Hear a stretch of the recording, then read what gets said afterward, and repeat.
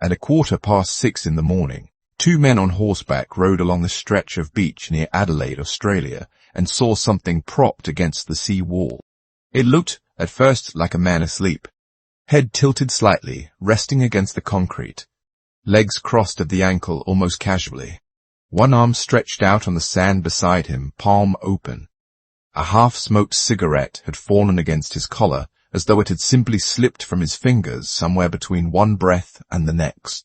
He was dressed for a colder morning than the one around him. A fitted suit coat, buttoned. A tie in white, red, and blue, knotted neatly. Shoes polished to a shine that seemed almost wrong on a public beach at dawn, the kind of shine a man gives his shoes before he expects to be seen. He was not asleep. The two riders dismounted, walked closer, and understood almost immediately what they were looking at. There was no wallet in his pockets, no identification of any kind, no card, no letter, no photograph, nothing that carried his name. And when police later turned out every piece of clothing on his body, they found something stranger than an absence. Every label had been removed. Not torn loose through wear, not faded away with age and washing, cut out cleanly from the collar of his shirt, the waistband of his trousers, the lining of his coat, as if someone had gone through his own wardrobe, one garment at a time, and erased every trace of where it came from. That alone would have made this an unusual death. It was not, however, the strangest thing about him. Somewhere on his body, hidden well enough that the detective searching him that first morning missed it completely, was a single object, small enough to disappear between two fingers. It would take the better part of a year for anyone to even find it, and more than 70 for anyone to come close to understanding what it meant. Late November 1948. Adelaide was a city 3 years removed from a world war, still settling into an uneasy kind of peace. Rationing was only just winding down. Shipping lanes still carried returning soldiers home, and a few hundred kilometers to the northwest, in the empty scrubland of South Australia's interior, construction crews were laying the groundwork for something new, the Woomera Rocket Range, a joint British-Australian facility that would soon be testing guided weapons under a level of secrecy the air country had rarely seen before. The war that had just ended was already being replaced by a quieter, more anxious one, the kind fought with codes and secrets rather than armies. It's a detail that matters later. For now, it's simply the world this man walked into. On the evening of November 30, several people near Somerton Beach, a stretch of coastline in the seaside suburb of Glenelg, directly across from a children's home, noticed a well-dressed man sitting near the sea wall. He didn't stand out particularly. A man resting by the water on a mild evening wasn't unusual enough to interrupt. One witness, questioned afterward, recalled him raising an arm at some point. A gesture she took at the time for a wave, though nobody ever established who or what he might have been waving at, or whether it was a wave at all. Nobody approached him. By morning he hadn't moved. The two riders who found him at 6:30 am on December 1 alerted police immediately, and what arrived at the scene looked, on its surface, like a case Adelaide detectives had handled before. Bodies turned up along that stretch of coast now and then. Drownings, exposure, the occasional overdose, but within minutes, small details started separating this one from the rest. His clothes were completely dry. He hadn't come out of the water. There was no wound, no bruising, no sign of a struggle. A healthy-looking man in his 40s was simply dead, sitting upright against a seawall, for no reason anyone present could immediately explain. He was estimated at about 5 feet 11 inches tall, well-built, with grey-blue eyes and hair described as gingery brown, going grey at the temples. His hands showed none of the calluses that would suggest a lifetime of manual labour. His teeth were unusual enough that the examining doctors made a specific note of them. The upper canines pushed slightly forward of the lateral incisors, an irregular but distinctive pattern that investigators hoped, at the time, might eventually help confirm an identity even if it couldn't produce one outright. What police found in his pockets was, at first glance, almost mundane, the kind of clutter any travelling man might be carrying. A bus ticket, purchased the previous afternoon, for a route that would have brought him toward the beach, an unused second-class train ticket to Henley Beach, a nearby suburb he apparently never actually visited. An aluminum comb, a half-empty packet of chewing gum, a box of matches, and a pack of cigarettes bearing one popular Australian brand's label, except that when the pack was opened, the cigarettes inside belonged to a different, more expensive brand entirely, as though someone at some point had swapped the contents without bothering to change the packaging. Nobody ever offered an explanation for that. It sat in the evidence log, small and strange, exactly like everything else about him. There was no hat. In 1948, for a man dressed this formally to be found without one was, on its own, a quiet oddity. Nearly every well-dressed man of that era wore one as a matter of course. There was no wallet, no keys, a handful of coins and nothing else that could tell police who he was. They did what they could with what they had. His photograph went out to newspapers across the country within days. Dozens of people came forward over the following weeks, each one hoping or dreading that the man in the photograph was a missing husband, brother, or son. None of them recognized him. His fingerprints were compared against every set on file in Australia. Nothing matched. Copies were sent overseas, to identification bureaus in the United Kingdom and the United States. The two countries most likely, investigators reasoned, to hold a record of a man whose coat one tailor would later describe as distinctly American in its construction. Neither returned a result. An autopsy was carried out on the afternoon of December 2nd by Dr. John Matthew Dwyer. He found nothing externally to explain a cause of death, no injury, no sign of violence. But what he found inside the body troubled him considerably. The spleen was strikingly enlarged, roughly 3 times its normal size. The liver showed heavy congestion. There was unusual pooling of blood in small vessels of the brain, a pattern not typically associated with natural causes, along with irritation and internal bleeding in the stomach. Dwyer's working theory pointed toward poisoning. Specifically, he suspected a fast-acting, soluble substance, possibly a barbiturate class hypnotic, capable of producing exactly this kind of internal damage while leaving little behind for a standard toxicology screen to catch. Sir Cedric Stanton Hicks, a professor of pharmacology at the University of Adelaide, who was later consulted on the case, leaned toward a different candidate. Hicks suspected a cardiac poison, something in the digitalis family or a related glycoside, capable of stopping a healthy heart quickly and quietly, without necessarily showing up in the tests available to Adelaide pathologists in 1948. The two men agreed almost entirely on what the body was telling them. They disagreed on precisely what had caused it. Neither poison was ever isolated in testing, then or since, and that absence, real physical evidence pointing firmly toward poisoning, with no poison ever chemically confirmed, became one of the case's oldest, most persistent contradictions. One smaller detail sat uneasily beside the larger ones. His shoes were clean and freshly polished, not the shoes of a man who, according to the timeline investigators were building, had supposedly spent an entire day wandering around a beachside suburb on foot. It suggested either that he hadn't spent his day the way witnesses assumed, or that he or someone else had taken deliberate care with his appearance shortly before he died. Small on its own, impossible to ignore stacked next to everything else. And running beneath all of it, the single detail that tied the whole scene together, every label on every piece of clothing, removed. Not 1 or 2 forgotten tags, all of them. A man trying to disappear quietly doesn't usually think to strip the maker's mark from his own undershirt. Whoever had done this had been patient, methodical, and had clearly done it on purpose, whether that someone was the man himself or another hand entirely.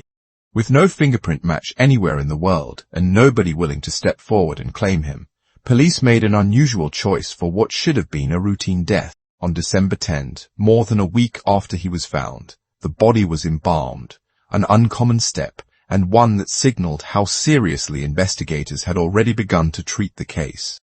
Around the same time, a local sculptor was brought in under police instruction to cast a plaster impression of the man's head and upper torso.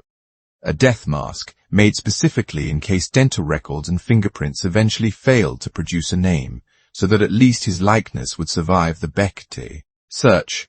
It was, on its face, a small administrative decision. 73 years later, it would turn out to be the single most important piece of physical evidence in the entire case. By the time the initial wave of newspaper coverage faded in mid-December, Adelaide's newest unidentified body already carried the only name he would be known by for the next 74 years. Newspapers, and soon the police files themselves, had settled on calling him simply the Somerton Man. He had died without a name. What almost nobody involved in the case yet understood was that something was still hidden in his clothing, sewn into place with obvious intention.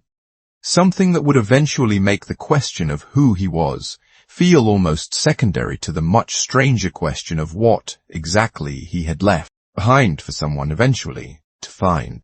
If cases like this one, built entirely on the surviving physical record rather than the folklore that grows up around a mystery, are what keeps you coming back, Black Oak has a lot more of them waiting for you. With no fingerprint match, no dental record that fit, and no missing persons report anywhere in the country that matched his description, investigators leaned on the slower tools available to them in 1948 and 1949, public appeals, physical description, and patience. Weeks passed, then months. By the middle of 1949, the file had every appearance of a case quietly heading toward the drawer where unsolved things go to be forgotten. A body with no identity, a cause of death that could be argued but never proven, an inquest inching toward a conclusion that would satisfy no one. But two objects were already moving toward police on separate timelines, neither one aware of the other, and together they would change the entire shape of the investigation. The first was a suitcase. In mid-January 1949, staff at Adelaide railway station discovered a brown suitcase that had sat unclaimed in the station cloakroom since the afternoon of November 30th, the same day the man was last seen alive, checked in under a name that when police tried to trace it, matched no one in South Renocru, Australia.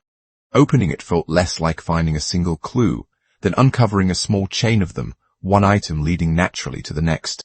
Inside was the ordinary kit of a traveling man, a red checked dressing gown, a pair of red felt slippers sized for a smaller foot than his own, a set of pajamas, several changes of underwear, a shaving kit, practical, unremarkable, the belongings of someone who packed for a trip rather than a disappearance. Then came the first thread worth pulling. A pair of light brown trousers, folded near the top of the case, had sand caught in the cuffs, sand that investigators tried, without success, to conclusively match to the sand at Somerton Beach itself. It placed him, plausibly, at the water. It didn't prove anything. That would become the pattern with almost everything the suitcase contained. Beneath the trousers, tools. A screwdriver, the kind an electrician might carry as a matter of routine. A table knife, its blade shortened and reground into something closer to a short, sharpened weapon than an eating utensil. A pair of scissors, filed to the points until they were considerably sharper than any tailor would ever need them to be. And a small square of zinc, which investigators theorized had served as an improvised sheath, something to carry the sharpened knife and scissors safely, without cutting through the fabric around them. Taken individually, each item could belong to an honest trade. Taken together, packed carefully into a suitcase left behind by a man who died without a name, they read as something considerably more deliberate. Then, finally, a name, the only one anywhere in the entire case, on the body or in the suitcase. Stitched or stenciled into the laundry marks of several garments was the name T. Keane. Police pursued it with everything they had. No T. Keane living in South Australia, and no T. Keane living in South Australia, and no T. Keane living in South Australia. Keane traceable through any record police could reach, matched the description of the dead man in any way. It might have been a previous owner of second-hand clothing. It might have been a name the man had already discarded, one layer of identity beneath the one he was still shedding when he died. It went nowhere. It remains to this day the one loose name the case ever produced, and the one that never led anywhere at all. Running through every garment in the case on top of everything else was the same signature investigators had already found on his body. Every manufacturer's label, every size tag, every maker's mark, cut out. One tailor consulted by police examined the stitching of a coat from the case and gave an opinion that would echo through the next 70 years of theorizing. In his professional judgment, the construction techniques were American, not Australian or British. It was one man's opinion, offered with confidence, and never independently confirmed through any later forensic textile analysis. It hardened into something close to accepted fact anyway, the way a single early claim in a cold case so often does. Taken as a whole, the suitcase gave investigators a far fuller picture of the kind of man they were dealing with. Organized, deliberate, comfortable with tools, possibly connected in some way to the United States, and somehow, despite all of it, no closer to an actual name. The inquest opened not long afterward and largely stalled under the weight of everything that still couldn't be proven. The coroner's findings leaned toward poisoning as the probable cause of death without formally ruling on it, since no poison had ever been isolated. The manner of death, accident, suicide, homicide, was left officially undetermined, an uncomfortable and unusual outcome for a coronial inquest to reach. By June 1949 the inquest concluded, and the file closed almost exactly where it had opened. A body, a name that didn't exist, and a cause of death nobody could confirm. The second object was already sitting in an evidence room, waiting for someone to find it. Professor John Burton Cleland, brought in for a more thorough second examination of the dead man's clothing, was working through the trousers when he noticed something the original search, 7 months earlier, had missed entirely, sewn into the waistband. Not as a repair, not as an accident of tailoring, but as a deliberate addition, was a small pocket that had no ordinary reason to be there. Fob pocket, the type occasionally used to carry a pocket watch, stitched in with enough precision and care that it escaped detection through an entire police investigation. Inside it, rolled tightly enough to disappear at a glance, was a scrap of paper. Cleland unrolled it carefully. 2 printed words, torn cleanly from the final page of a larger printed source, were all it contained. Tamám Shud, Persian, taken from the closing line of the Rubaiyat of Omar Khayyam, a collection of poetry that had circulated widely in English translation since the late 19th century, popular enough by the 1940s to sit on ordinary bookshelves across the English-speaking world. In its original context, the phrase closes the poem with a simple, final meaning: it is finished. The end. Police released the phrase publicly, along with a direct appeal, had anyone in South Australia recently come across a copy of the Rubaiyat of Omar Khayyam missing its final page. By the time an answer arrived, the inquest had already closed. On July 22, 1949, weeks after the coroner's findings, not days after the public appeal, a gap that matters more than it might first appear, a local man walked into a police station carrying a small, worn copy of the book. He explained that he'd found it months earlier in the back seat of his own car, parked on a street near Glenelg on the night of November 30th. The car had been unlocked. He hadn't thought much of an unfamiliar book turning up inside it, an odd, low-stakes mystery, easy enough to set aside, until the recent public appeal made him think to check it more closely. The final page was gone, torn out cleanly. Police laid the fragment from the fob pocket against the torn edge remaining in the book. They matched exactly, fibre for fibre, tear for tear. This should have been the moment the case finally broke open. Instead, the book handed investigators 2 new mysteries in the same breath. On the inside back cover, written faintly in pencil, was a block of capital letters arranged across 5 short lines. A sequence that resembled no code, phrase, or word that anyone examining it could immediately place. Beneath the letters, also in pencil, was a phone number. The letters went to the Royal Australian Navy's cryptography section for analysis. Their conclusion, delivered not long after, was frustratingly narrow. The sample was too short to confirm definitively as a genuine cipher, though they stopped well short of ruling that possibility out. It has never been solved. Not by the Navy in 1949, not by any of the professional cryptographers, hobbyists, or amateur codebreakers who have taken a serious run at it in the more than 7 decades since. The phone number was traced within days, and it belonged to a young nurse living not far from where the body had been found, a woman later identified in press accounts by the name Jessica Thompson.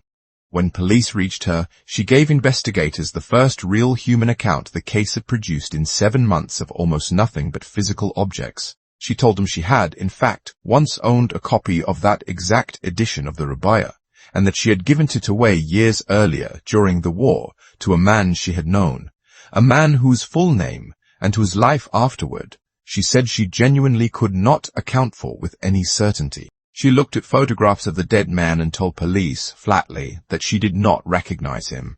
When investigators showed her the plaster death mask, the detective handling the interview would later report that she appeared visibly shaken, pale, hesitant, unwilling to look at it for long. She still maintained that she didn't know him. What that reaction actually meant has never been settled by police at the time or by anyone who has studied the case since. It could have been recognition she chose, for reasons of her own, never to voice. It could have been an entirely ordinary human response to being handed the plaster likeness of a dead stranger's face and asked to explain a connection she genuinely couldn't. Both interpretations have circulated for decades. Neither has ever been proven, and Jessica Thompson died without resolving the question either way.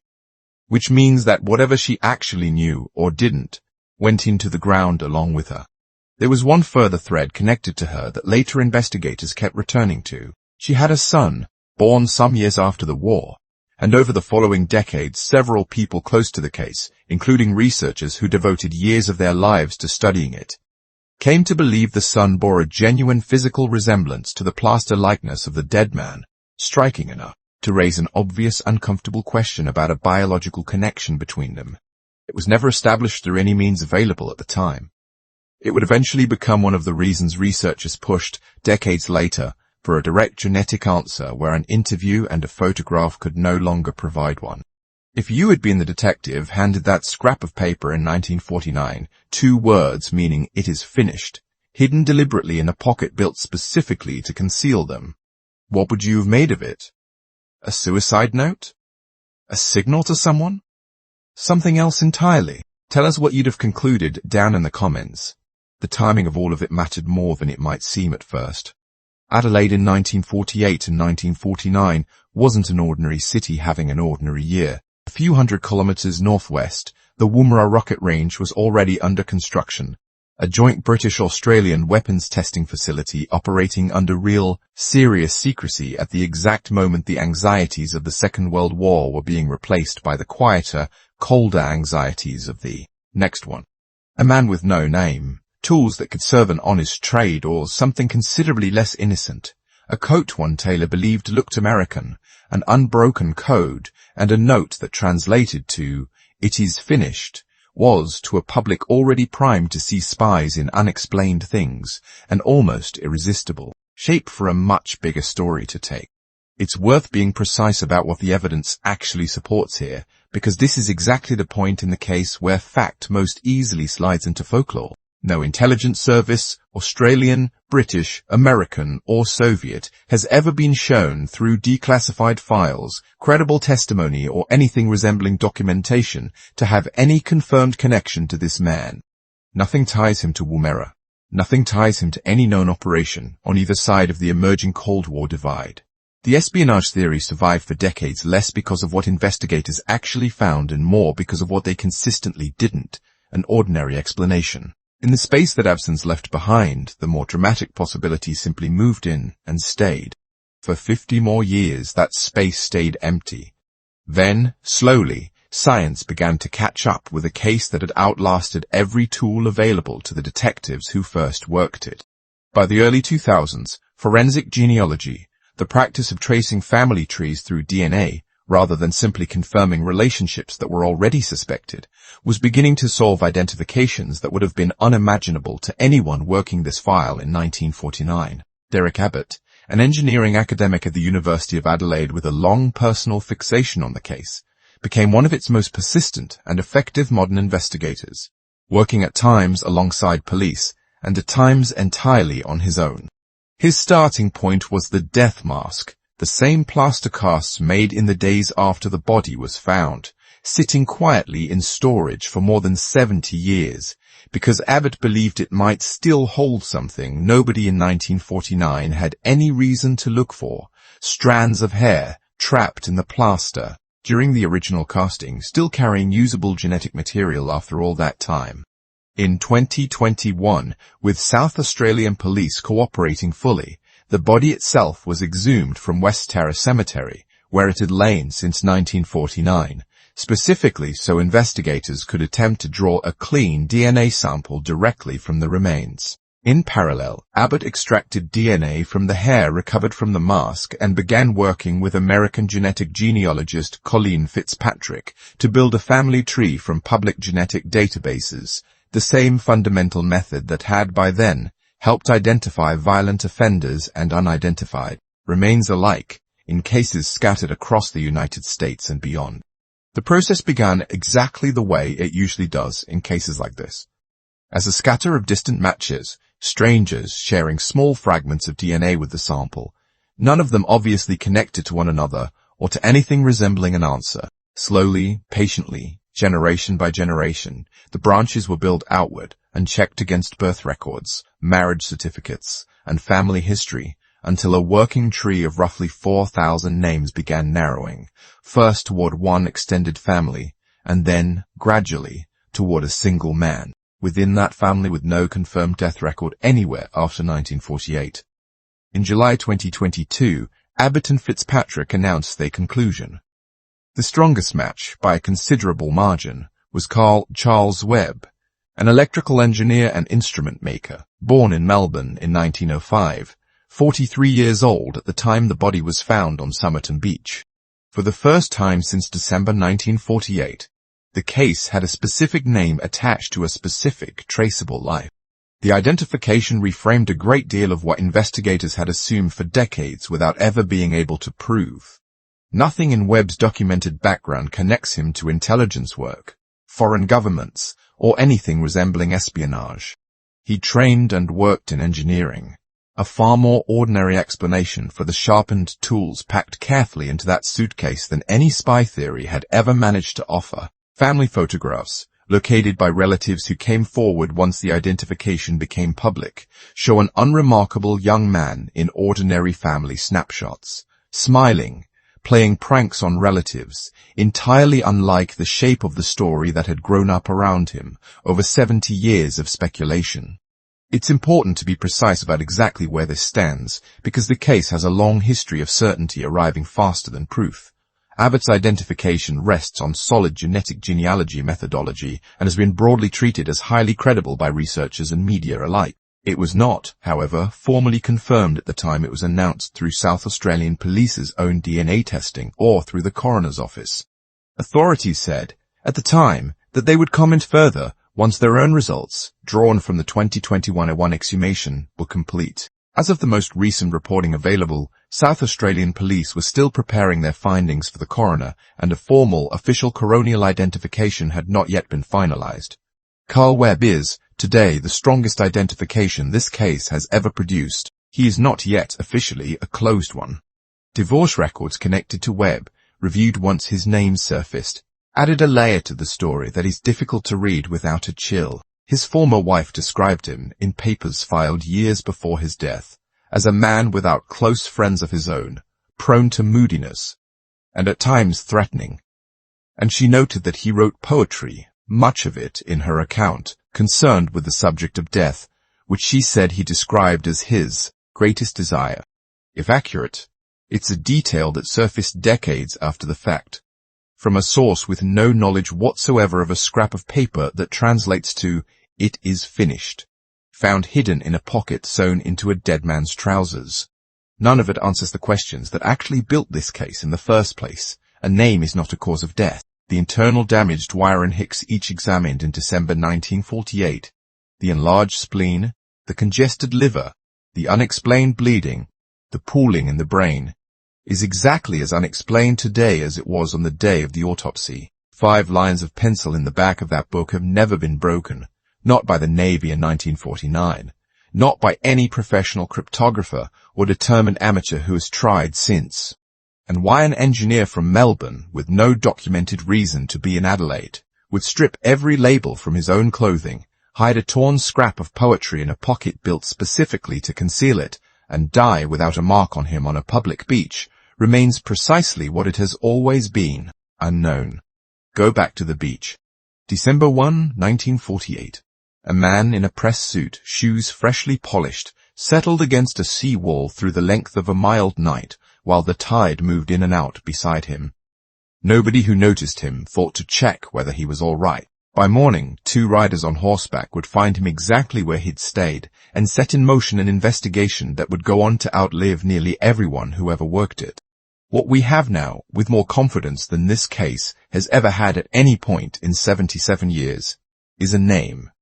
Carl Webb, an engineer from Melbourne, described by his own family, years before his death, as isolated and quietly preoccupied with his own mortality. That alone is more than anyone had in 1949, in 1979, or even in 2019. What we still don't have matters just as much. We don't know how he died, or whether it was by his own hand, by misadventure, or at someone else's. We don't know what those 5 lines of pencil were actually meant to say, or whether they were meant to say anything at all. We don't know, beyond reasonable doubt, why he came to Adelaide in the first place, or what truly connected him to the woman whose phone number he carried, written in the same book that held his final printed words.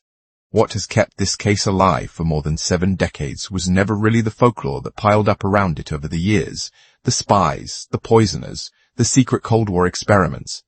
Almost none of that was ever backed by a single piece of surviving evidence. What kept it alive, and what still keeps it alive, is that the real evidence never disappeared. The suit. The suitcase. The book. The note. Code. And now, finally, the DNA. Each one still sitting, physically, in an archive somewhere in Adelaide, waiting for the next person patient enough to look closely. Somebody built that pocket on purpose. Somebody wanted that phrase found, not necessarily right away, but eventually, by someone. Maybe it meant nothing beyond the book itself, a fitting closing line for a man already contemplating his own end. Maybe it meant something only Carl Webb ever fully understood, and chose, in his final hours, to leave behind in the one place he was confident no one would search quickly. We may never know which. The DNA finally answered who he was. It never came close to touching why. There are other cases exactly like this one sitting in the historical record, real physical evidence, untouched for decades, waiting for someone willing to look at it again. The next one is already up on the channel,